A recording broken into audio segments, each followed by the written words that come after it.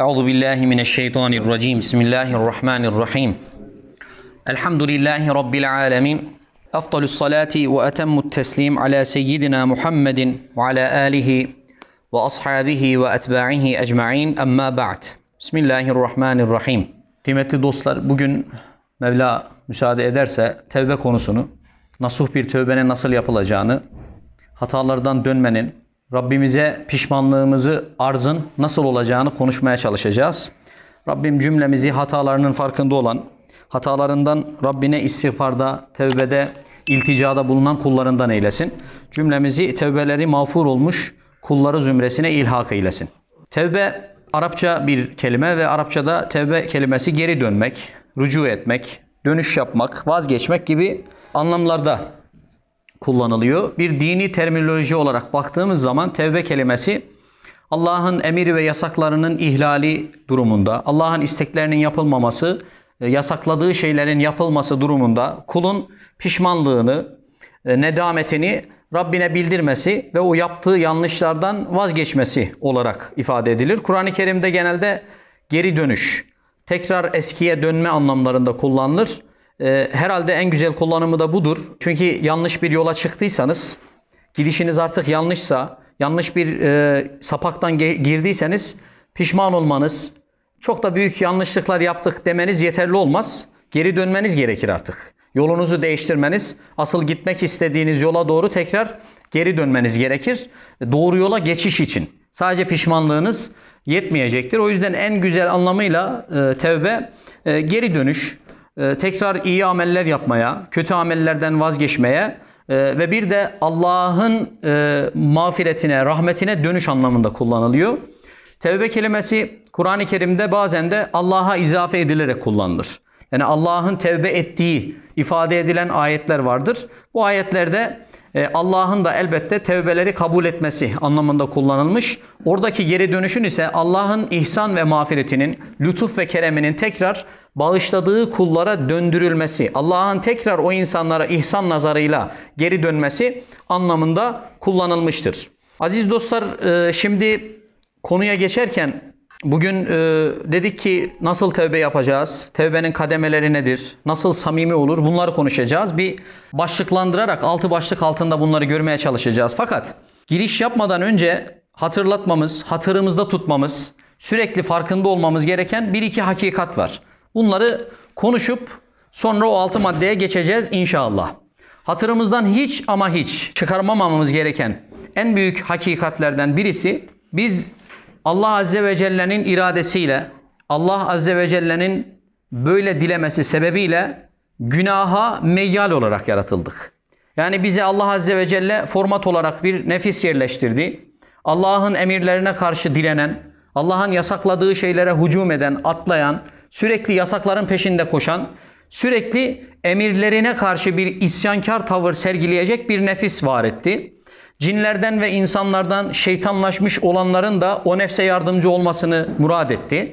Bunların hepsini insanın günaha meyyal, günaha niyetli, günaha doğru giden bir formatta yaratılması olarak anlayacağız. İnsanı Allah Azze ve Celle günah işlemeye müsait yarattı. Biz fabrika çıkışımız itibariyle buna hazır bir şekilde geldik bu dünyaya. Bunu hiç aklımızdan çıkarmayacağız. Kaldı ki bakınız, Resulullah Aleyhissalatu vesselam buyuruyorlar ki bakın, Kullu beni Adem hattaun. Beni Adem, yani Adem oğlu olarak, insan olarak, kul olarak dünyaya gönderilen herkes hatalıdır. Hata yapmaya müsaittir. Ve hayrul hattaine et-tevvabun. Hata yapacak olan bu insanoğlu içerisindeki en hayırlılar ise tevbe ve istiğfar edenlerdir. Yani şöyle dünyanın en hayırlısı kim diye bakılsa, dünyada en hayırlı insan kim denilse aklımıza gelecek ilk şey elbette ki Allah'a karşı hiç hata yapmamasıdır demek olacak. Fakat Resulullah Aleyhisselatü Vesselam aklımıza ilk gelecek olan bu şeyin çok yanlış olduğunu, hata yapmayacak bir kulun olamayacağını hatırlatmış oluyor. Kulsan, dünyaya insan olarak yaratıldın ve gönderildiysen hata yapacaksın. Hataya müsaitsin, hataya elverişlisin.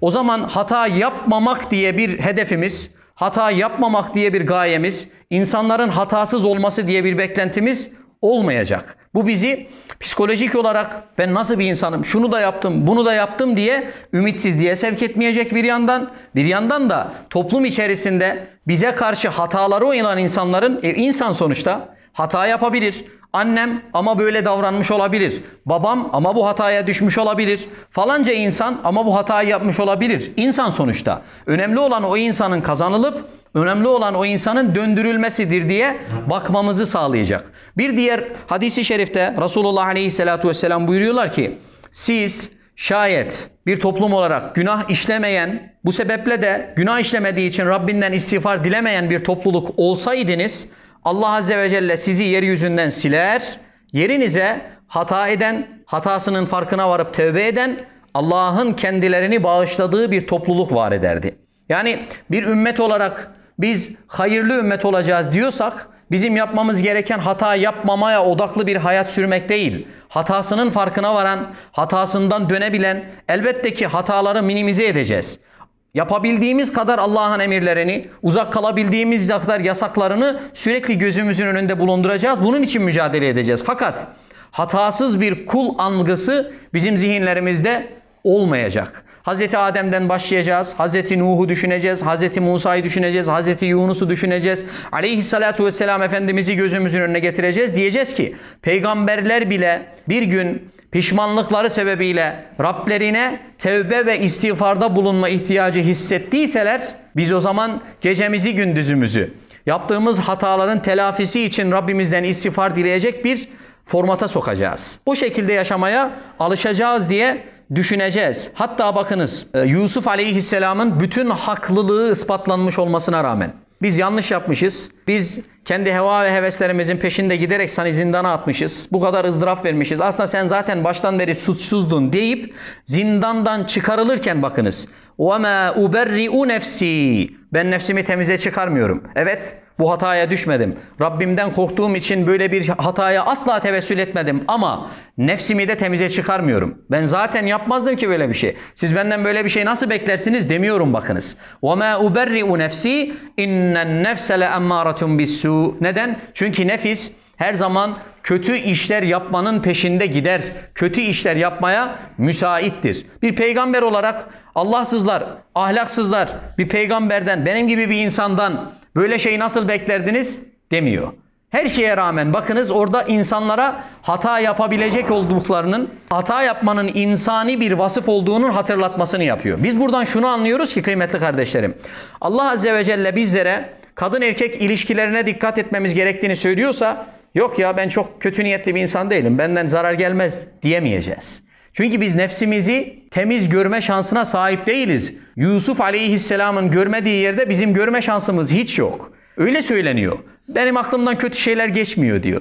Kadın erkek ilişkilerinde dikkat edeceğin bir nokta verdiyse Allah Azze ve Celle, Resulullah Aleyhisselatü Vesselam bir kadınla bir erkek baş başa bir mekanda bulunmasınlar, İlla asgari bir mahremleri yanlarında olsun dediyse, olsun ya biz baş başa da olsak yanlış şeyler yapmayız diyemeyeceksin. Üçüncüsü şeytandır diyor çünkü Resulullah Aleyhisselatü Vesselam. Allah Azze ve Celle sana faizin yanına bile yaklaşmayacaksın dediğinde aklına farklı farklı şeyler getirerek ben bu işleri başarırım, ben faizin işte şu kadar gelir elde ederim, o bankadan şunu çekerim, buraya bunu yatırırım, faiz elde etmemiş olmam diye akıl oyunları kurmaya çalışmayacaksın. Hatta o kadar ki Allah Azze ve Celle'nin bu ikazları, Resulullah Aleyhisselatü Vesselam'ın bu ikazları, Yusuf Aleyhisselam'ın nefisle ilgili bu söylemleri seni bankanın önünden geçerken tereddütle geçmeye sevk edecek. Endişe edeceksin. Benim nefsim o yanlışlara düşmekten kendisini alıkoyabilecek güçte değil diyeceksin. Bunu hatırlatmış oluyor Resulullah Aleyhisselatü Vesselam. Bilmemiz gereken ve bizi dengede tutacak ikinci hakikat, hataya düşmüş olmamız bizi Allah'ın bize duyacağı merhametten ümitsiz bırakmayacak. Günahlara düştük, her şeye rağmen dikkat ettik, kendimizi muhafaza ettik. Zaten Allah'ın bizde yaratmış olduğu bir günaha meyilli nefis vardı. Biz yine günaha düştük. Ne yapacağız? O zaman Resulullah Aleyhisselatü Vesselam'ın konumlandırdığı yerde yerimizi seçeceğiz. Buyuruyor ki Resulullah Aleyhisselatü Vesselam, mümin işlediği günahları dibinde durmuş da tepesine düşecek olan bir dağa benzetir. Mümince tavır budur diyor Resulullah Aleyhisselatü Vesselam. Bir günah işledin, o günah senin vicdanını o kadar rahatsız edecek, seni o kadar etkileyecek ki o günah bir dağ olmuş da En ufak bir sarsıntıda senin başına tekrar böyle hemen yerinden kalkıp başına düşecekmiş gibi hissediyorsun. Müminin tarifi bu. Fakat günahı kalbine sindirmeye başlamış, günahlarla yaşamaya alışmış facire gelince, Resulullah Aleyhisselatü Vesselam öyle buyuruyor. Facire gelince o ne yapar? Günahlarını şöyle görür. Burnunun ucuna konmuş, biraz sonra uçacak olan sineğe benzetir. O kadar alışmış ki, o bataklığa girdikten sonra kendisini o kadar daldırmış ki şöyle yapıyor artık. Ya ondan bir şey olmaz ya. Bir ara tövbe ederiz ya. Ölmeden affettiririz inşallah. Hacca gider temizleriz diye kendine çok basite alan bir tavırla geçiştirecek bahaneler üretir. Ama mümin ne yapıyordu? Bakın üstüne düşecek bir dağ olarak görüyordu. Onun hemen önlemini alacak bir amel yapacaktı. Ve Resulullah Aleyhisselatü Vesselam buyurdular ki yine bizi günah işlediğimiz zaman kontrol altına alabilecek hadisi şeriflerden bir tanesi. Buyuruyor ki mümin insan bir hata yaptığı zaman kalbine Allah Azze ve Celle bir nokta koyar. Siyah bir nokta konur kalbe. Mümin bu hatasını fark eder de tevbe ve istiğfarda bulunursa o nokta silinir. Fakat bu hataya devam eder. Yeni bir günah işlerse bir nokta daha, bir nokta daha. Ne zamana kadar? Kalbi tamamen kararana kadar bu böyle devam eder. Mümince tavır bakınız. Hataya düşmeme ihtimalin yok. Böyle bildik. İkinci tavrın ne olacak? Düştüysen hemen kalkmayı bileceksin. O noktaları sildirmediğin müddetçe kalbin kas katı kapkara kesilecek ve senin artık tevbe ve istiğfarı aklına getirecek bir imanın kalmayacak. Hani kalpleri mühürlenmiş, taşkınlıkları, azgınlıkları had safhaya ulaşmış, kendilerine bunu bir alışkanlık haline getirdikleri için artık Allah'a dönme ihtimali kalmayan insanlar için kalpleri mühürlenmiş demişti ya Allah Azze ve Celle. İşte kalbin böyle mühürleniyor. Kendini günahlara alıştırıyorsun, normal görmeye başlıyorsun, laubali bir tavırla bir ara tövbe ederiz diye geçiştirmeye başlıyorsun. Öyle kararıyor ki kalbin kapkara kesiliyor ve senin artık tövbe ve istiğfar edecek, bunları seni hatırda tutacak bir imanın kalmıyor. Ve ayeti kerimeye de şöyle konu oluyor kıymetli kardeşlerim. Kella bel rane ala kulubihim ma kanu yeksibun. O yaptıkları yanlışlar sebebiyle kalpleri kapkara kesilir. Sonra kella innahum an rabbihim yevme izin lemahcubun. Bu hataya düşmüş olanlar yarın Rablerinden mahcup olacaklar. Rablerinden mahrum olacaklar.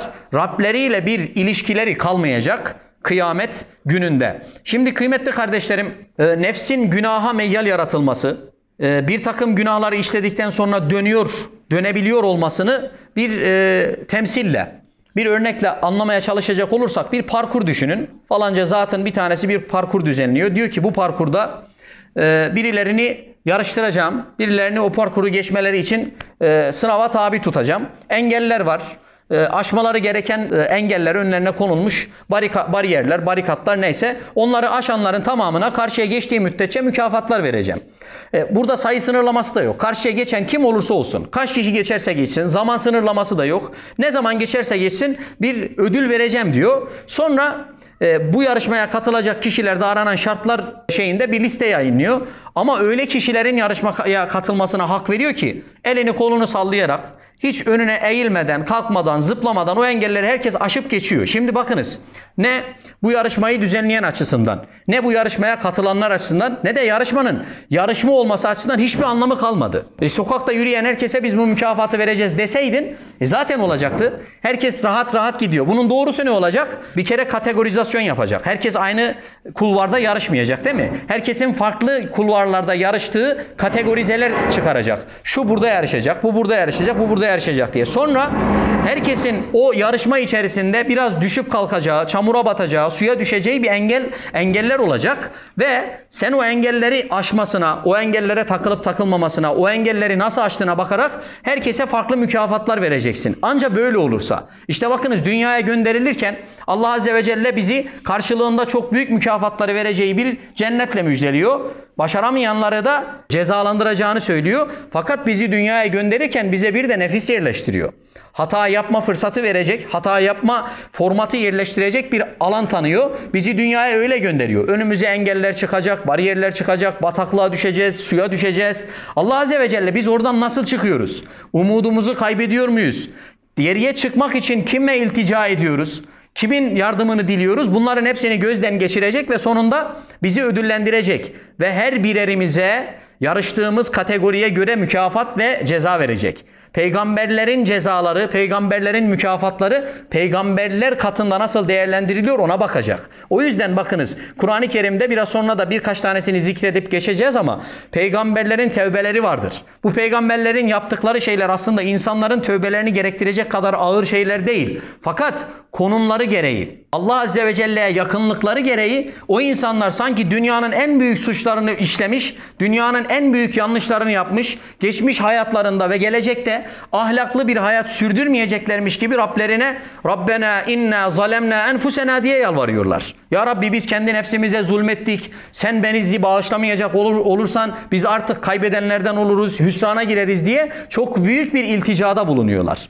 Herkes bulunduğu konuma göre, herkes yaşadığı çevreye göre, öğrendiklerine göre hasbelkader bir yere denk geldin. Sana namazı anlattılar, zekatı anlattılar, orucu anlattılar. Her şey adına artık bilgilerin var. Fakat hayata tatbikin yoksa o bilgilendirmeyi aldığın için sana biraz daha farklı muamele yapılacak ister istemez. Bu cahil kal anlamında değil. Öğrendiklerini hayata tatbik etme zorunluluğun olduğunu anla anlamında. Herkes bulunduğu konuma Rabbinin gözündeki değerine göre ceza ve mükafatını alacak. Çok yakın, çok samimi bir arkadaşınızın size yapacağı yanlışla hiç tanımadığınız, sıradan, dışarıdan hiç dikkate almayacağınız birisinin yaptığı yanlış sizin kalbinizde aynı etkiyi uyandırmaz, öyle değil mi? Herkes en yakınındaki insanın yaptığı yanlıştan çok daha fazla etkilenir.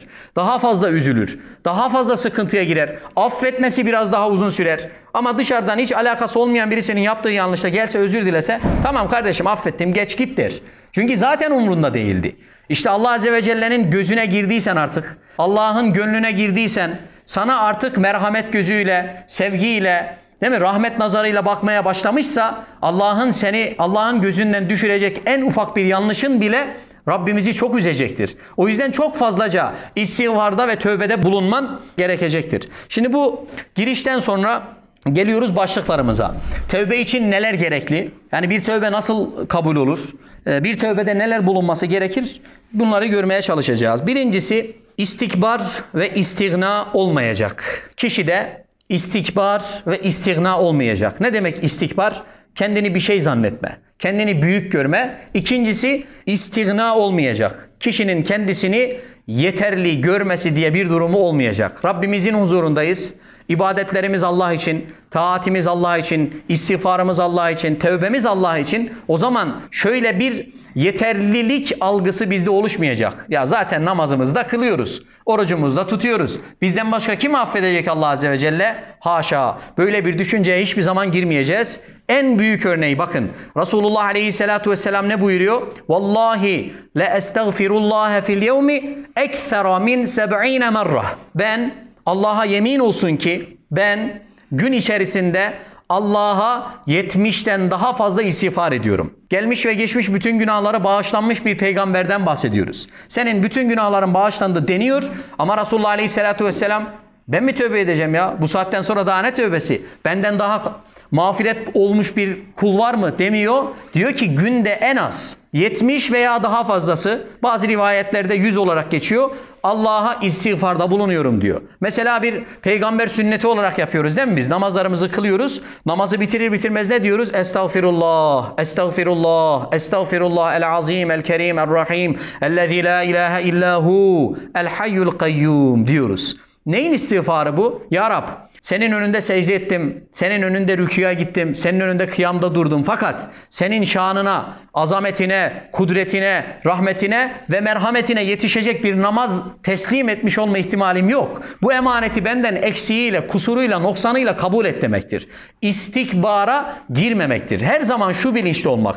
Allah Azze ve Celle mutlak zengin. Biz hangi pozisyonda olursak olalım, biz hangi konumda olursak olalım, biz hangi ibadetleri yapmış olursak olalım, Rabbimize karşı fakir konumundayız. Her zaman Rabbimize muhtacız. Aklında istigna ve istikbar bulunan kişi, Rabbine karşı bir tekebbür içerisinde olan, kendisini yeterli gören bir kişi Allah'a hakkıyla yönelemez kıymetli kardeşlerim. Sadece birileri toplum içerisinde istiğfar ediyor diye, birileri Mevlid Kandisi'nde bir araya gelmiş, ellerini açmış, hoca da dua ederken tevbe cümleleri geçiyor diye bir istiğfar olmuş olur. Bu da biraz sonra anlamaya çalışacağımız gibi Allah'ın istediği ve kabule şayan istiğfar değil. İkincisi, anladık ki istikbar ve istinamız olmayacak. O zaman bir de bunun bir karşıtı gibi Rabbimizin rahmetinin, Rabbimizin bağışlayıcılığının sınırsız olduğunu, Rabbimizden ümidimizi kesmememiz gerektiğini bileceğiz. Dolayısıyla ikinci maddemiz ne oluyor? Ümitsizlik olmayacak. Birincisi yeterlilik ve kibire düşen bir tavır sergilenmeyecek. İkincisi ümitsiz olunmayacak. Bakınız Allah Azze ve Celle buyuruyor ki قُلْ يَا عِبَادِيَ الَّذ۪ينَ أَسْرَفُوا عَلَى أَنْفُسِهِمْ لَا تَقْنَتُوا مِنْ رَحْمَةِ اللّٰهِ. Hiçbir şey olmasa Kur'an-ı Kerim'de şu ayeti kerime hepimizin Allah'ın izniyle Allah'ın affına, mağfiretine gireceğimiz için yeterli bir delil olur kıymetli kardeşlerim. O kullarıma söyle, kendi nefisleri konusunda hadlerini aşanlar var ya, zinaya düşenler, faize düşenler, adam öldürenler, Allah'a isyan edenler, Allah'a şirk koşanlar, kendi nefislerinde taşkınlık yapan o kullarıma söyle, la taqnatu min rahmetillah. Allah'tan ümitlerini asla ve asla koparmasınlar. Allah'tan ümitlerini kesmesinler. Ne yapmış olurlarsa olsun, nasıl bir günaha, nasıl bir bataklığa düşmüş olurlarsa olsun Allah onları affedecektir. 100 kişinin katili olsalar dahi Allah onları affedecektir. Şöyle bir değerlendirme yaparak zihninize oturtabilirsiniz. En büyük günah, Kur'an-ı Kerim'de, hadisi şeriflerde bildirilen en büyük günah Allah'a ortak koşmaktır. Ama sahabe-i kiram başta olmak üzere kaç tane o dönemde ve ondan sonra müşrikte bir hayat yaşarken tevbe ve istiğfar ederek İslam'a girerek kendisini Müslümanlığa adayan insanlar hiç günah işlememiş gibi. Niye? Çünkü Resulullah Aleyhisselatü Vesselam "Et-taibu minez-zembi kemen la zembeleh" buyuruyor. Tövbede eden, günahından istiğfarda bulunan o günahı hiç işlememiş gibidir. Şirki bile affeden Allah Azze ve Celle sen ne yapmış olabilirsin ki seni affetmesin? Allah'la birlikte başkalarını ilah edinen, Allah'ın varlığını kabul etmeyen, Allah Azze ve Celle'ye onun yaratmış olduğu bir kul olmasına rağmen meydan okuyan insanları bile affeden Allah Azze ve Celle sen nasıl bir günah işlemiş olursun da affetmez? Böyle bir ihtimalimiz yok. Yaptığımız bütün hataları, işlediğimiz bütün yanlışları, gizli, insanlardan gizleyerek yaptığımız bütün hataları Rabbimizin bağışlama merhameti, Rabbimizin bağışlama gücü sonsuz kıymetli kardeşlerim. O kadar ayeti kerime var ki bakınız ben buraya örnek birkaç tane söyleyeyim diye almışım. 15-20 tane sadece benim öyle hemen hatırlatmak için söylemek istediğim, aldığım ayet-i kerimeler fakat çok uzun süreceği için okumayacağım. Belki Kur'an-ı Kerim'in çok büyük bir bölümünü de bunlar oluşturuyor. Niye? Rahmeti kulle şey diyor Allah Azze ve Celle. Benim rahmetim her şeyi kuşattı. Ketebe ala nefsihir rahme. Kullarına merhamet etmeyi Allah Azze ve Celle kendine zorunlu kıldı. Farz kıldı. Yani Allah Azze ve Celle diyor ki benim kendimi zorunlu kıldığım bir şey var. Kullarıma rahmet etmek. Kullarına rahmet etmeyi Allah Azze ve Celle kendisine bir görev olarak addetmiş buyuruyor. İnne rabbeke vasi'ul mağfirah. Allah Azze ve Celle rahmeti çokça geniş olandır. O kadar ki bu ayet-i kerimelerin hepsini şöyle alt alta koyup okuyacak olsak herhalde yaşantıyı bırakmaya başlarız gibi geliyor. O kadar merhameti geniş, o kadar şefkati geniş ki ama hatırlayacağımız bir şeyler olacak ki Allah Azze ve Celle bunu tevbe ve istiğfar eden, günahından vazgeçen, pişmanlık duyan, hayatını güzelleştirenler için kullanıyor. Allah Azze ve Celle'nin gönlüne girdin, onun rızasını kazandın fakat artık o rızaya erişmiş olman sebebiyle istediğin hatayı işliyorsun. Fındık kırıyorsun, ceviz kırıyorsun. Önüne gelen bütün faiz, haram, helal ver Allah'ım, senin kulun yer Allah'ım. Düsturunca yiyip içiyorsun.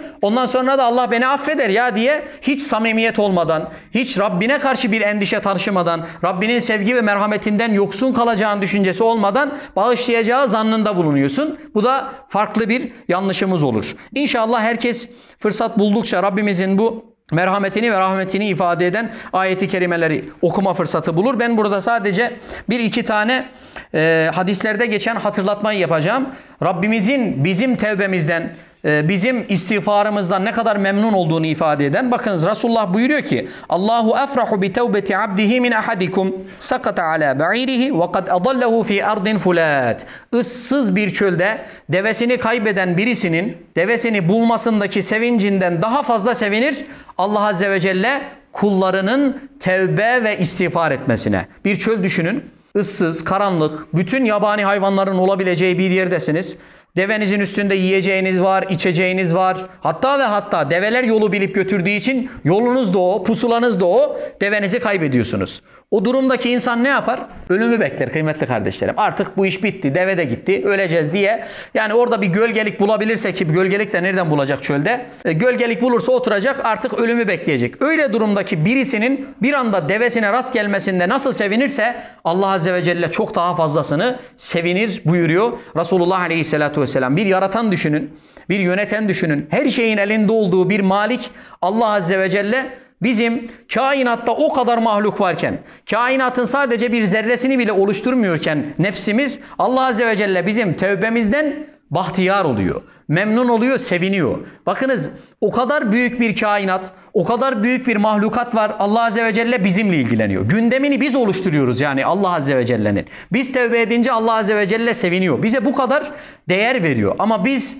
bu kadar yaratıcı, bu kadar yönetici bir Allah'ı gündemimizde tutmuyor.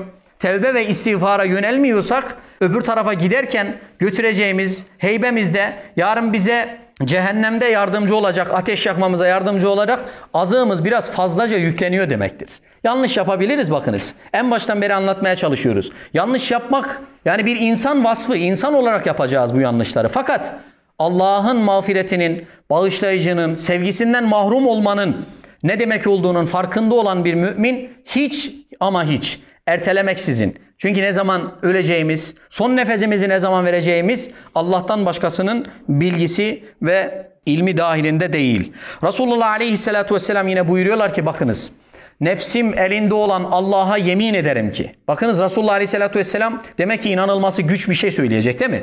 Nefsim elinde olan Allah'a yemin ederim ki siz şu semavatla yeryüzünü dolduracak kadar büyük hatalar işleseniz, öyle hatalar yapsanız ki semavatı yeryüzünü doldursa, böyle hatalar işleyecek olsanız, sonra da Rabbinizden mağfiret dileyecek olsanız Allah Azze ve Celle bir çırpıda hepsini affeder. Yani neyden endişe ediyoruz kıymetli kardeşlerim?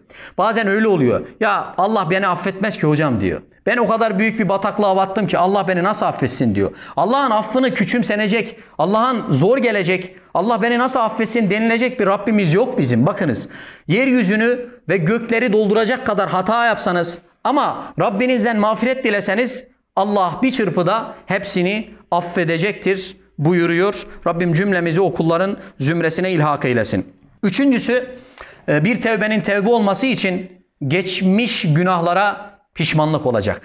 Geçmiş günahlar bizim vicdanımızı rahatsız edecek. Ya Rab pişman oldum, kapına geldim, elimi açtım, beni mağfiret buyur derken vicdanımızda bir rahatsızlık hissedeceğiz. Yaptığımız işler bizi rahatsız etmiş olacak bir pozisyondaydın.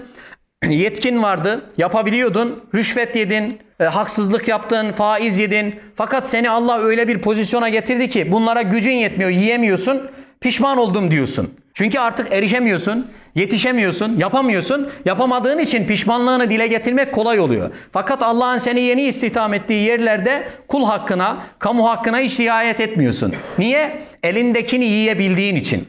Kaçırdıklarınla artık erişemediğin için pişmanlığını yapmak kolay oluyor. Fakat seni Allah orada nasıl görüyor? Müdürdün, döner sermaye adı altında bir şeyler geliyordu, cebini indiriyordun. Sonra sen tekrar öğretmenliğe döndün. Artık cebini dolduramıyorsun, pişman oldum diyorsun. Bu defa çocukların ders saatlerinden çalıyorsun. Derslere verimli bir şekilde hazırlanmıyorsun. İnsanların senin için bir öğretmen olma sebebiyle karşına getirdikleri öğrencilerin zamanlarını çalıyorsun. Bakınız yeni bir hırsızlık şeyiyle devam ediyorsun aslında. Orada yaptıklarından dolayı pişmanım demiştin. Çünkü erişemiyorsun artık, gücün yetmiyor. Fakat buraya geldin, aynı hırsızlığa farklı bir versiyonla devam etmeye çalışıyorsun.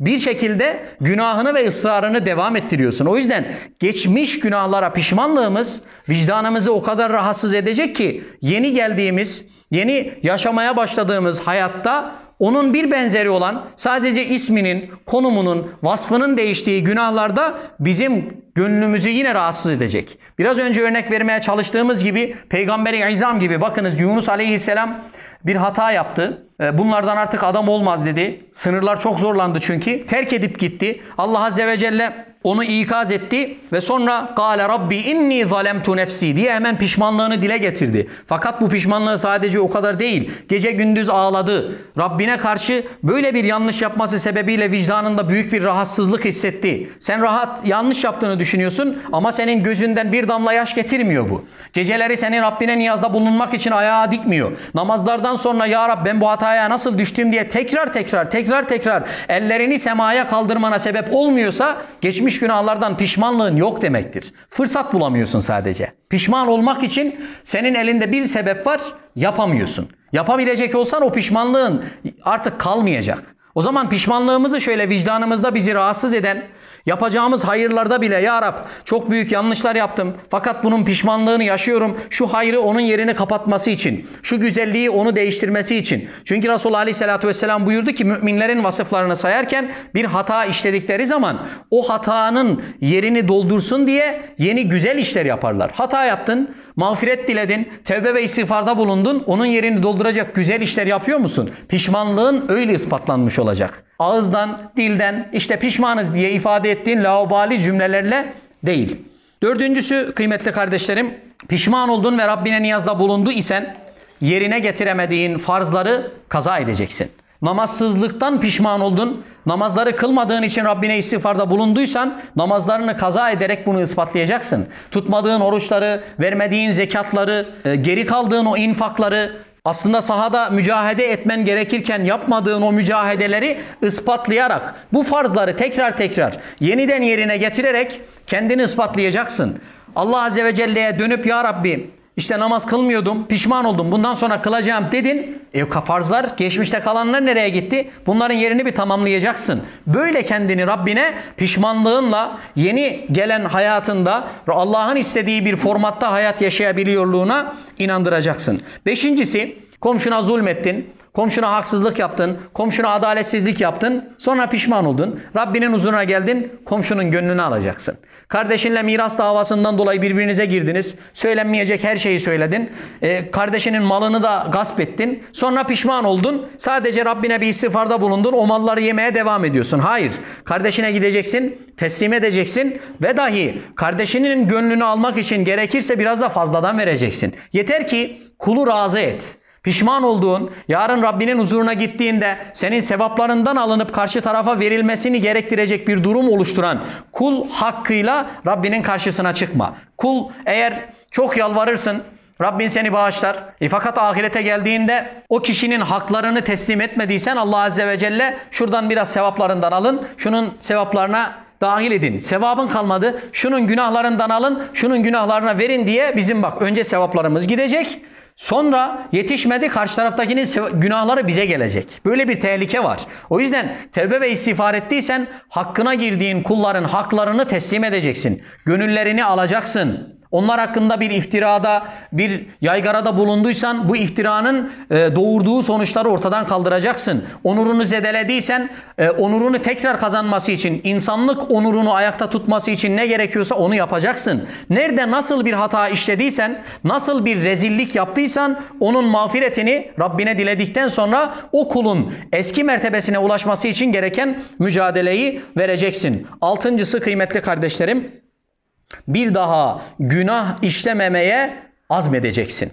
Allah Azze ve Celle buyuruyor ki bakınız bir takım insanlar sayıyor. O insanlara verilecek cezaları sayıyor. Sonra diyor ki illa men tâbe ve âmene ve amile amelen saliha. Tövbe eden, iman eden, tövbe eden ve salih ameller işleyen. Tövbe ettik yeterli değil. Salih amellerle bunu destekleyeceğiz. Geri dönüşümüz olmadığını ispatlamak adına. Bir daha tekrar düşmeyeceğimizi göstermiş olmak adına tekrar aynı hatalara düşmeyeceğimizi ya Rab ben gerçekten pişman oldum ispatı için ne yapacağız? Yeniden aynı hatalara düşmemenin mücadelesini vereceğiz. Peki Tekrar işledik, tekrar düştük. Tekrar işledik, tekrar düştük. Yani biz o zaman tevbeyi mi bırakacağız? Hayır, asla. Şeytanın bizi böyle kandırmasına da müsaade etmeyeceğiz. Çünkü şeytan gelecek, diyecek ki söylüyorsun, bozuyorsun. Tevbe ediyorsun, bozuyorsun. Böyle şey mi olur deyip bizi oradan yakalamaya çalışacak. Biz sadece şunu bileceğiz. Bir patron düşünün.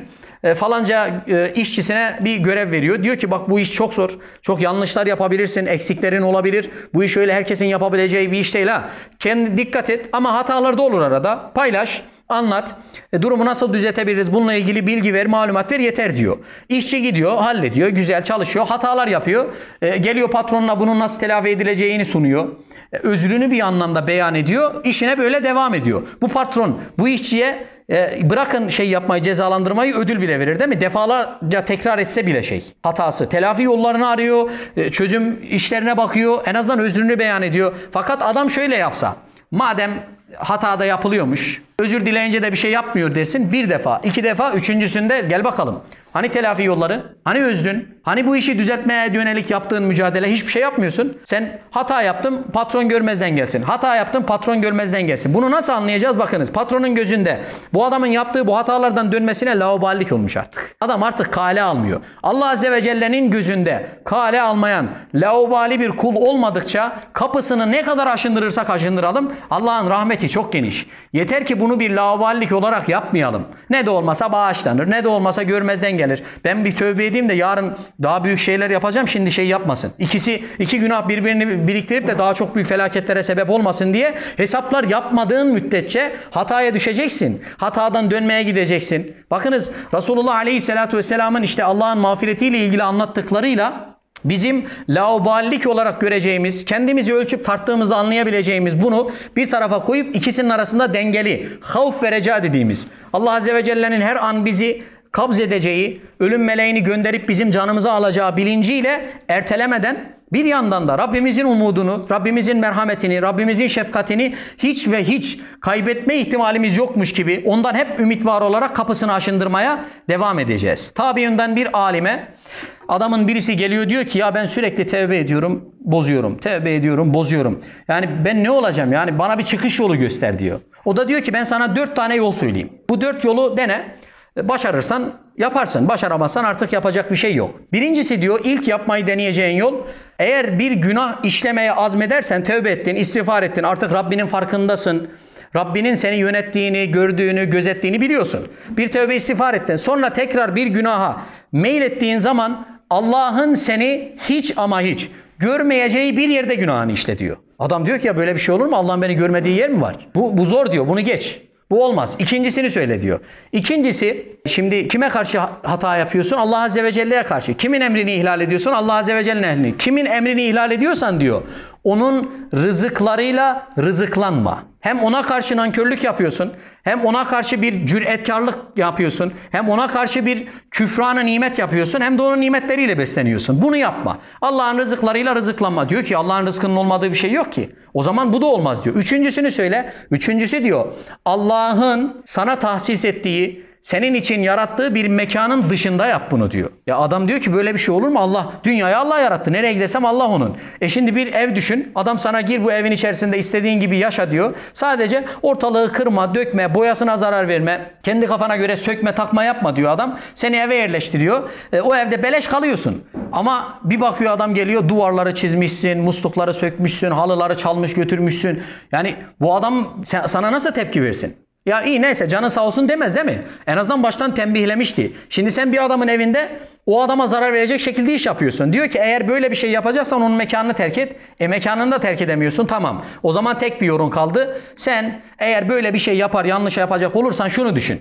Ben bu yanlışı yaptıktan sonra Azrail gelirse Azrail'le anlaşırım. Benim ölümümü şöyle birkaç gün daha ertele, hiç olmazsa tövbe edeyim diye onunla anlaşma yap. Ondan sonra sıkıntı olmaz diyor. Adam anlıyor ki benim ne Allah'ın görmediği yerde, ne Allah'ın rızkının olmadığı yerde, ne Allah'ın yarattığı bir mekanın dışında, ne de Azrail'in gelme ihtimali, erteleme ihtimali olan bir zamanda canımı teslim etme ihtimalim olmadığı için benim yanlış yapma yetkim, hakkım yok. Bunları bilmediğimizden değil kıymetli kardeşlerim. Bakın, hataya ve yanlışa düşeceğimiz zaman hatırda tutmak istemediğimizden böyle oluyor. Bir kulun yanlış yapacağı zaman Rabbinin onu gözettiğini, Rabbinin onu yedirdiğini, içirdiğini, Rabbinin onun için çok büyük nimetler hazırladığını yaptığını hatırlasa ve bilse ki kıymetli kardeşlerim, yarın Azrail geldiğinde şöyle birkaç gün geciktir deme şansının olmadığını bilse ona göre hareket edecek, ona göre gardını alacaktır.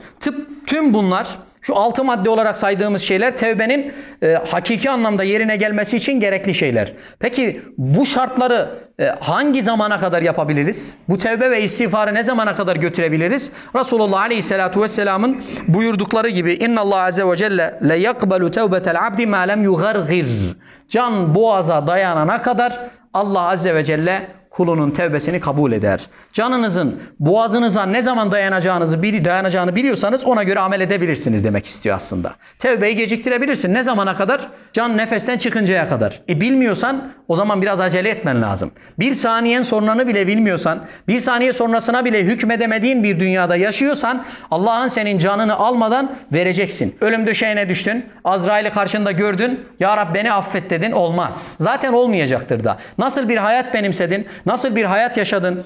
La ilahe illallah Muhammedur Resulullah düsturunu kalbinde hissedercesine yaşamayı becerdin mi? O zaman ölüm anında la ilahe illallah demek senin için kolay olacak. Fakat bunu yapmadıysan, hayatına bunu yansıtmadıysan, Allah senin hayatına hükmetmediyse ölürken la ilahe illallah deme fırsatında olmayacak. Tıpkı Firavun gibi bakınız. Son kıymetli kardeşlerim, kabul olmuş bir tevbe örneğini anlatmaya çalışıp bitiriyorum.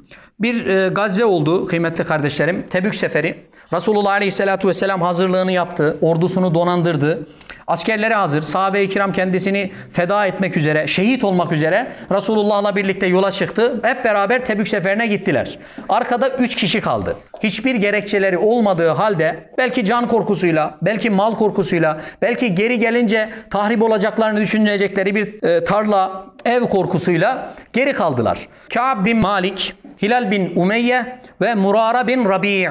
Bu sahabe-i kiram. Bu üçü Resulullah Aleyhisselatü Vesselam'ın bizatihi kendisinin de katıldığı Tebük seferine giderken geride kaldılar. Resulullah gitti. Tebük gazvesi oldu. Sefer bitti. Geri geldiler. Resulullah Aleyhisselatü Vesselam bunların gelmediğini öğrendi. Yanına çağırdı. Sebeplerini sordu. Bir sebepleri olmadığını görünce Resulullah Aleyhisselatü Vesselam bunlara bir daha yüzlerine bile bakmadı. Konuşmadı bunlarla. Bir vahiy gelmesini bekledi. Onlar hakkında bir hüküm verilecek. Onlara şöyle yapın, onlardan uzak durun, onları affedin. Ne geleceği bilinmiyor. Resulullah Aleyhisselatü Vesselam onlardan sırt çevirdi. Artık konuşmuyor. 50 gün sürdü bu süreç kıymetli kardeşlerim. Bakınız 50 gün boyunca peygamberin vahiy beklediği bir 3 kişi için sahabe-i kiram konuşur mu? Hiçbirisi konuşmadı. Onları görünce yolunu değiştirdiler. Onlar bunun pişmanlığını yaşamaya başladılar. Biz nasıl böyle bir hataya düştük diye içlerinde artık kurmaya başladılar. Vicdanlarını rahatsız etmeye başladı. Sürekli Resulullah'a gidip pişmanlıklarını dile getirmek istediler. O kadar yaşadılar, o kadar içtenleştirdiler ki bakınız Allah Azze ve Celle bu 3 kişi için, yani 3 kişi düşünün. Önce her birimizin duyduğunda nasıl peygamberi yalnız bırakırlar ya dedikleri bir hatayı işliyorlar. Sonra öyle bir pişmanlık yaşıyorlar ki Allah Azze ve Celle bu 3 kişi için ayet indiriyor.